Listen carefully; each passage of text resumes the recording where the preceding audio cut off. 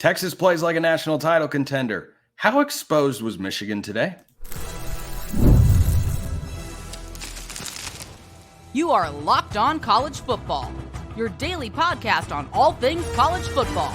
Part of the Locked On Podcast Network, your team every day. Welcome, everybody, to another reaction episode of Locked On College Football. I'm your host, Spencer McLaughlin. Thank you so much for making this your first listen or your first view post-morning football viewing. My goodness, what a slate of games. Texas, Michigan was something. We're going to talk about that from both angles. A couple of thrillers, Arkansas, Oklahoma State, Georgia Tech falls at Syracuse, Kansas State, Tulane, bunch of great games. Thanks for making this your first listen post all of that or view if you're watching on YouTube, part of the Locked On Podcast Network, your team every day. This episode brought to you by our friends over at Game Time. Download the Game Time app, create an account, use code LOCKEDONCollege for $20 off your first purchase. So Texas plays like a national championship contender. That was impressive from the very jump, from the get-go. I felt going into this game that Texas is the more complete team. And guess what? They lived up to that particular billing. They looked like a team that is locked into making the college football playoff. They looked like a team that is ready to compete for an SEC title and a national championship. They looked like that from the jump on both sides of the ball. They never let Michigan get an offensive rhythm. They were able to move the ball on the ground, through the air. They had great balance. I thought Texas was the more complete team, and boy, were they on Saturday morning in Ann Arbor. So really impressed with what I saw from the Longhorns. I'm going to talk about Michigan a little bit later, but I don't think this is a case of Texas beating up on an actually horrible team. Is Michigan overrated at number 10 coming into this game? Probably a little bit. Do I think Michigan is ranked inside the top 25 at the end of the year? More likely than not, the answer to me is yes, because Texas is in a different class of teams and is capable of much greater things this season than what Michigan is. Michigan was outmatched in this game. You had a quarterback deficit. Texas held up in the lines of scrimmage, and that was the difference. That's your ball game right there. Texas able to run the ball. Texas able to slow down Michigan's ground game. Boom.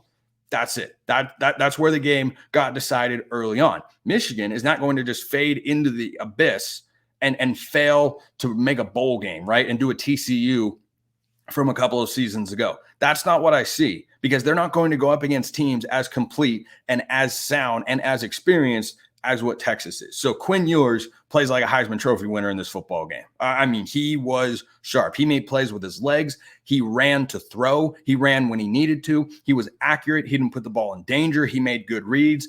This looked like a guy who's in his third season with Steve Sarkisian, and boy, those two were clicking.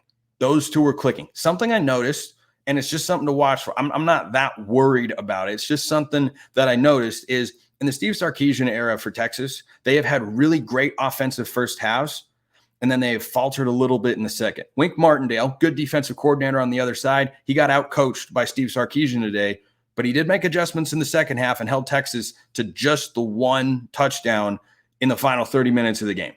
That level of Michigan defense is more what Michigan fans probably expected going into this game for 4 quarters, but Texas, very good in the first half, not as good in the second. Just something I noticed, curious to see if that comes back to bite Texas at all over the course of this year. But I was not far off on my score prediction. I had 27-13 in favor of the Longhorns. Final score, 31-12.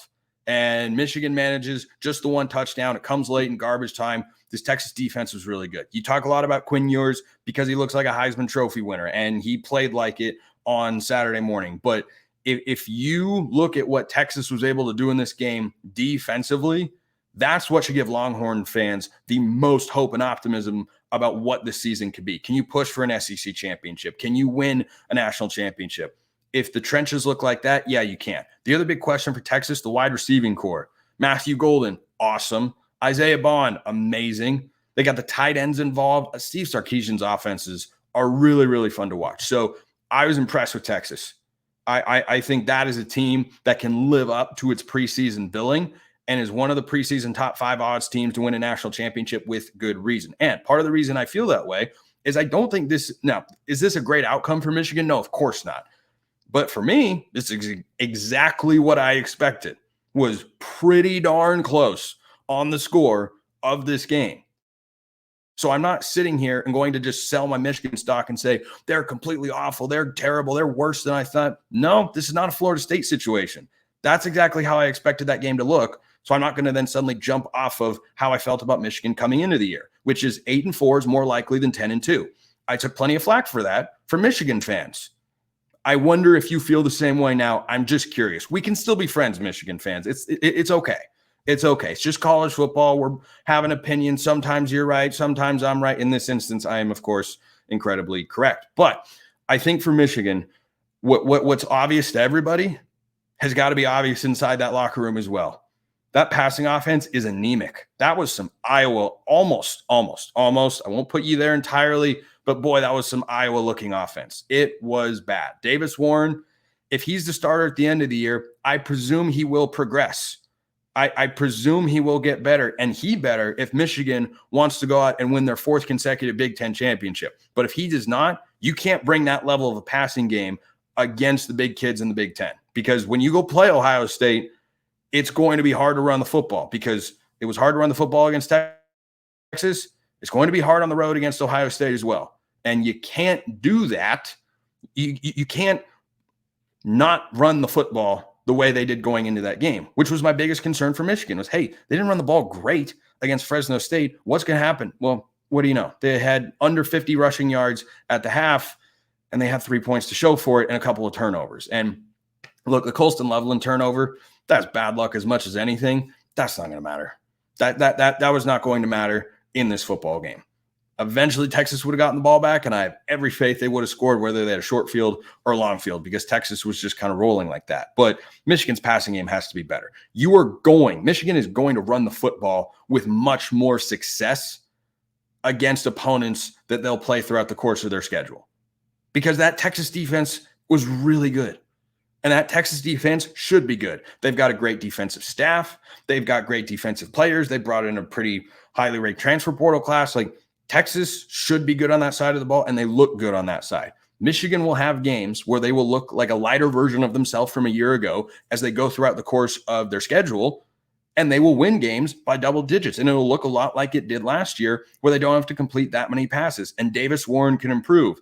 Davis Warren cannot improve enough over the course of this season to win a Big Ten championship. That's not going to happen. So you either have to make the switch with Alex Orji, or you have to get him radically improved, because that was a tough watch. That was a tough watch offensively for Michigan. If they cannot run the ball, this is the blueprint for everybody else now, and how we should all look at Michigan games when they have notable matchups this season. If Michigan has any opportunity to struggle running the football, the offense isn't going to be there. Davis Warren didn't have timing with his receivers, didn't have correct communication with his receivers. Colston Loveland is the only guy that he trusts on third down, and it's not good. It is in a bad state right now. Can it improve? Sure. Does it need to? Yes. But is that a guarantee that it's going to? Absolutely not, which is why you play the games on the field, of course, rather than just on paper. But right there, what Michigan put on the field, that was not good. Was not good, but I'm not selling my Michigan stock. I have not changed my opinion about the Wolverines. I think they're going to be an 8 or 9 win team this year, and we'll see what happens when USC comes to town in a couple of weeks. Drop your thoughts in the YouTube comments or hit me up on X, formerly known as Twitter, at @McLaughlinCFB. Couple of thrillers. Georgia Tech almost came back against Syracuse. Oklahoma State, Arkansas, did you see the ending? Some crazy college football games to react to. Coming up next. After we talk about LinkedIn jobs, when you're hiring for your small business, you want to find quality professionals that are right for the role. And that's why you have to check out LinkedIn Jobs. LinkedIn Jobs has the tools to help find the right professionals for your team faster and for free. LinkedIn isn't just a job board, folks. LinkedIn helps you hire professionals that you can't find anywhere else. Even those who aren't actively searching for a new job but might be open to the perfect role. In a given month, over 70% of LinkedIn users don't even visit other leading job sites. So if you're not looking on LinkedIn, you're looking in the wrong place. On LinkedIn, 86% of small businesses get a qualified candidate within 24 hours. Hire professionals like a professional on LinkedIn. There's a reason that 2.5 million small businesses use LinkedIn for hiring, and it's why you should too. Post your job for free at linkedin.com/lockedoncollege. That's linkedin.com/lockedoncollege to post your job for free. Terms and conditions apply. Oh dear, Georgia Tech. I said going into this game, if you are actually an ACC title contender, regardless of how good Florida State actually is compared to what we thought they were, Georgia Tech would go into Syracuse and win this game. Nope. That's got to be disappointing. That is disappointing for Brent Key and company. You had a 2-0 start. You had the top 25 ranking already. So you were starting to gain the respect of the college football world writ large. And then that happens. 31-28, the final. How about Syracuse? How about Kyle McCord? Over 280 yards passing in the first half. Ended the game with 368. I mean, McCord was utterly fantastic. Where was this guy at Ohio State last year? I mean, he was there, of course. He just wasn't putting up numbers like this all the time. So what a win for Syracuse. I mean, a statement for Fran Brown in year one. And let me just read you something, just in case you're not aware. Syracuse is now 1-0 in ACC play. They are 2-0 on the year. Let me read you their schedule real quick, just so you keep this on the radar. They host Stanford and Holy Cross in the next couple of weeks. Should be a couple wins. They go at UNLV. Don't sleep on that game, but that's not a conference game. At NC State, at Pitt, host Virginia Tech, at Boston College, at Cal, host UConn, host Miami. It's one of the most favorable schedules in the entire ACC. If you were looking at Georgia Tech after their win against Florida State and thinking, hey, they could make a run, they could push to be an upper tier team in the ACC, you better watch out for Syracuse. Now they have to avoid what was, of course, their Achilles heel in the Dino Babers era, which was start strong, win a bunch of games, and crater off in the second half of the year. But it's a new era. Fran Brown's in charge. That's a huge win. That's a huge, huge win for the Orange. Kyle McCord looked really good. They had a 31-14 lead. Georgia Tech recovers an onside kick and gets it to within 3 in the fourth quarter, which is when that 17-point lead that I mentioned was actually held by the Orange, and they're able to hold on and win the game 31-28. Really disappointing here for Georgia Tech. 31 points to Syracuse. The pass defense, it just wasn't there. It just wasn't there. So when you peruse the box score in this particular game, Haynes King had to throw the ball 39 times. 39 times. They ran, wait for it. Remember I talked going into this game about how many yards Ohio went for on the ground? Close to 300 last week against the Syracuse defense. Georgia Tech went for 112. Now, they averaged almost 5 yards a carry, so it's not like they were incapable of running the ball. Jamal Haynes, 11 carries for 35 yards, not what the Yellow Jackets were looking for. But here's where the difference came in. Syracuse got out to an early lead. And I tweeted out during the game that Georgia Tech's passing attack is going to be tested in a way or required to be active in a way that it just hadn't in the last couple of weeks. They were able to run the ball. They got a lead, or they were playing a competitive game, and they just kept running the football. And Syracuse put them down 17 points. Well, you can only have 24 pass attempts or 24 rush attempts to 39 pass attempts in the game. Kyle McCord, holy smokes, 32 of 46 for 381, 4 touchdowns and no interceptions. Really impressive day. Syracuse was solid on the ground, just over 4 yards a carry, but Kyle McCord led the way. Aronda Gadsden the second with a couple of touchdowns. Trebor Pena with a couple of touchdowns as well. Syracuse impresses. That's an impressive win. I don't want to take away from Syracuse and say Georgia Tech were frauds. Georgia Tech can't do this. Georgia Tech wasn't actually capable of doing that. I asked the question about Georgia Tech going forward, whether they could push to be an upper tier ACC team. They still could. But if you're a true title contender, this was a game you find a way to win, and they just didn't. So a really, really disappointing effort for the Yellow Jackets here, but equally as huge for the Orange. I mean, that is a statement win, and you're just going to watch at the end of the year. You're going to look up and go, wait, Syracuse has won how many games? Wait, Syracuse is ranked. Syracuse is doing what now? Yeah, that's right. The Syracuse Orange. Oh, what a game it was in Stillwater. 39-31. Oklahoma State squeaks it out. They almost covered. This line was around 10 points or so. Arkansas should have won the football game. Here is a tragic stat to hear. Arkansas outgained Oklahoma State 648 to 385. They lost the football game. Now, that's bad news for Arkansas. Is they're 1-1. Oklahoma State's 2-0. The Big 12 had both Kansas State and Oklahoma State, top 20 teams, losing to teams they shouldn't have been losing to. But they both found a way to win, and they saved the conference's bacon for the moment. The same cannot be said for Cincinnati, who blew a massive lead against Pitt. Here's the good news for Arkansas. That offensive firepower that was on display last week against Arkansas Pine Bluff doesn't appear to be a flash in the pan. You just got to clean up the mistakes. Arkansas turned the ball over. Arkansas fumbled a punt. Arkansas had a 14-0 lead and the football in this game. They possessed the ball with a 14-0 lead and they lost. That's tough in double overtime. So Arkansas kicked a field goal in overtime. They missed. Oklahoma State kicks a field goal in double overtime. They missed. Then Oklahoma State scores a touchdown. Arkansas gets stopped. Boom, game over. But Taylon Green, 416 yards passing. Jaquindon Jackson was running wild in this game. 232 yards on the ground and 416 in the air. You don't see 600-yard offensive games a lot when Power 4 teams go at it, but that's what you had in Stillwater earlier today. And Oklahoma State, look, it's a gutty, gritty win. Alan Bowman, admittedly better than I've given him credit for. They couldn't run the ball. Arkansas outran Oklahoma State 232-59 and lost the football game. I don't know the last time I've seen anything like that. Everything about this game said that Arkansas should have won. Death, taxes, Mike Gundy. They found a way. They found a way. You're not going to be able to find a way against the best teams in the Big 12 the way you did in this game. That is not a sustainable formula for Oklahoma State. Ollie Gordon kept completely in check, 17 carries, 49 yards. Shout out Woo Pig Suey to the defensive line. Unfortunate for the Hogs that they walk away with a loss, but I still think, I said going into this game, that if Arkansas finds a way to win, you might look at a lot of games on Arkansas' schedule differently. I think you have to look at them at least in slightly different fashion. They play UAB next week. They'll win. At Auburn, host Texas A&M, host Tennessee, host LSU. Does it seem if they revitalize the offense and they get another tune-up game next week against UAB? Shout out to Trent Dilfer, their head coach. Does it seem out of the realm of possibility that Arkansas could win one of those 4 games and throw a wrench into somebody's plans to make the SEC championship game or have a bounce back year? Auburn's at Jordan-Hare, but you have 3 straight games at home. LSU is at home off a bye.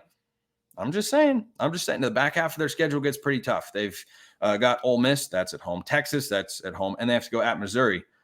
It's going to be quite the home slate. If this is Sam Pittman's final go-round, he's going to go down swinging because there are a lot of opportunities to notch major wins for the Arkansas head coach. But I got to tell you, you look at what Arkansas was a year ago, Bobby Petrino, he's making an impact. This is an indictment on Jimbo Fisher, by the way, because he was the offensive coordinator at Texas A&M last year, and it was still bad. Well, here he goes to Arkansas, and in 2 games, he has put up 70 and 31 points, and in the 31-point game, he put up 648 yards of offense. He might know what he's doing. He might have an idea of what he's doing coordinating an offense for the Razorbacks. So, gutsy win for Oklahoma State, a big win to keep their slim at-large college football playoff berth hopes alive. But I come away looking at Arkansas a little bit differently. Auburn better watch out in a couple of weeks because clearly this is an Arkansas team that can score some points at the very least. What a game it was. There was another great game. It was down in the great state of Louisiana. Tulane almost did it, but the Big 12 survived again. Reaction to that game. And what happened to Penn State? I mean, they won, I guess. That's coming up next. Before we get to that, let's get to Game Time, which has a new feature called Game Time Picks that makes getting tickets for your favorite live events even easier. How great is that? Game Time Picks filters out the fluff to show you only incredible deals on great seats so you don't have to waste time searching through thousands of tickets. Game Time Picks makes it easier to save more on sports, concerts, comedy, theater, whatever you're looking for. You get a panoramic view of your seat before you arrive so you know what to expect. You've got their lowest price guarantee. Game Time ticket coverage is the best in the industry. Make sure you go check them out. Take the guesswork out of buying tickets with Game Time. Download the Game Time app. Create an account. Use code LOCKEDONCollege for $20 off your first purchase. Terms apply. Again, create an account. Redeem code LOCKEDONCOLLEGE. That's LOCKEDONCollege is the code. All one word for $20 off. Download Game Time today. What time is it? Game Time. Kansas State. Oh boy, that was close. That was close. That was fun. That was too close for comfort if you're the Wildcats, but the Big 12 avoids a completely disastrous day. It was not looking good for a while. Cincinnati blew a huge lead. I mean, a huge lead to Pitt. That was not good. That was not good. You know what was good? Kansas State came back to win the football game. Darian Mensah was carving them up. I'll get to the questions Kansas State has in a moment. Here are the answers. 215 rushing yards on the ground, 6.5 yards a carry. DJ Giddens was that guy. He had a long touchdown reception. He ran for 114 yards. Dylan Edwards, the Colorado transfer. Remember when we talked about that one on the show long, long ago in a galaxy far, far away? That came into play because he had 4 carries for 54 yards and a touchdown. Avery Johnson wasn't incredible throwing the ball, but he was more than capable enough. And Kansas State showed you what we thought they'd be coming into the year. I say we as if there are other people producing this show. It's just me, but we, myself, and others, what we thought about Kansas State or the narrative around the Wildcats coming into this year was they're going to have a great running game. And guess what? They do. That was a fantastic effort against a good Tulane team. John Sumrall is a heck of a coach. Darian Mensah was carving him up. He had a couple of late turnovers. He's a young guy. Don't forget the name Darian Mensah because he might be a starting quarterback in a college football playoff game coming to a television near you by the time the regular season comes to a close. But the Green Wave are a good team. They should be viewed as a contender in the American as they were coming into the season. It's an impressive game. It's a disappointing one to win. They had Kansas State down 20-10 at home with a half to go, and they couldn't hold on. 34-27, the final score. Kansas State ekes it out, improves to 2-0. And I think for the Wildcats, here's where the questions come in and where questions do need to be raised. Darian Mensah in this game, 19 completions. That's the Tulane quarterback. 342 yards and 2 touchdowns with an interception, game-sealing interception. Full credit to the Kansas State defense for making a play late. Kansas State's got defensive questions. Right now, I have Kansas in the Big 12 championship game against Utah, who, as I'm recording this, are already up 14-0 on Baylor. No surprise there. If you're Kansas State, you feel good that you got the win. You keep a distant hope of an at-large college football playoff berth alive by winning this game. You give yourself the confidence to know we can go on the road, we can beat a good team. We've been battle-tested early in the year, survived a good punch from a good Tulane team. But boy, that defense has got questions. There were too many times. I mean, way too many times where Kansas State just had coverage busts and gave Darian Mensah easy throws. He made some good ones. Don't come here wrong. Mensah made a lot of good plays, but he was given a lot of wide open guys to throw the football to. That's got to improve. That has got to improve starting next week. Who does Kansas State play next week, just off the top of your head? Oh, that's right. They play Arizona, Friday night game on Fox at home. That'll be a top 20 matchup because Arizona will throttle NAU later today, and then that'll set up a couple of undefeateds. And it's not a conference game, but it sure will be reflective of how the Big 12 conference championship race is going to play out. How real is Arizona? That game is in Manhattan. You can't have those sorts of coverage busts against Arizona. That's got to be tightened up. Or Tetero McMillan and Noah Fafita, they'll just keep throwing number 4 the ball from number 11, and boom, they'll go for 300 yards as T-Mac did last week in their season opening win against New Mexico. So questions about Kansas State, but certainly important and notable that they were able to get the victory. Another game I want to talk about here. My goodness, this is all in the morning. There's still an entire day that I'll get to on Monday's show because I've got work, play-by-play and such to do later today. But my goodness, Penn State 34, Bowling Green 27. This is a Penn State defense that went on the road last week and held West Virginia under 20, and then they come back home and they were losing by 10.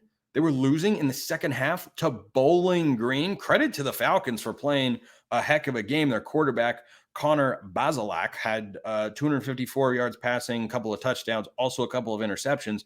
Penn State ran for 234 yards in this game. Drew Aller, 204 yards passing, a couple touchdowns, interception, 13-20 throwing the football. You had 200-yard rushers. Why was this game close? Why was this game just an off day? An off day. Look, I love Penn State.